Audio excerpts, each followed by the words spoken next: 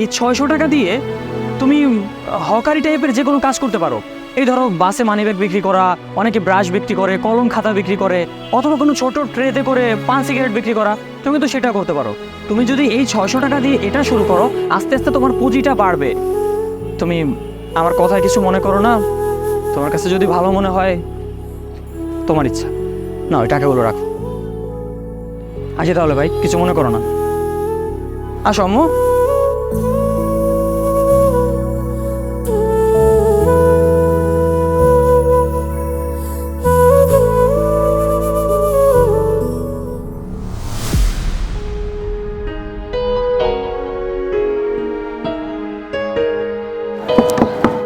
সামনে যান।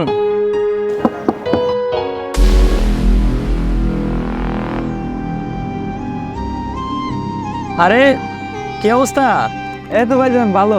কিছু লাগবে নাকি? Chips, cake, biscuit? হ্যাঁ দাও, কয়েকটা চিপস দাও। আচ্ছা, 5টা দিয়ে দিই। হ্যাঁ এলো না, এখানে 5টাই আছে।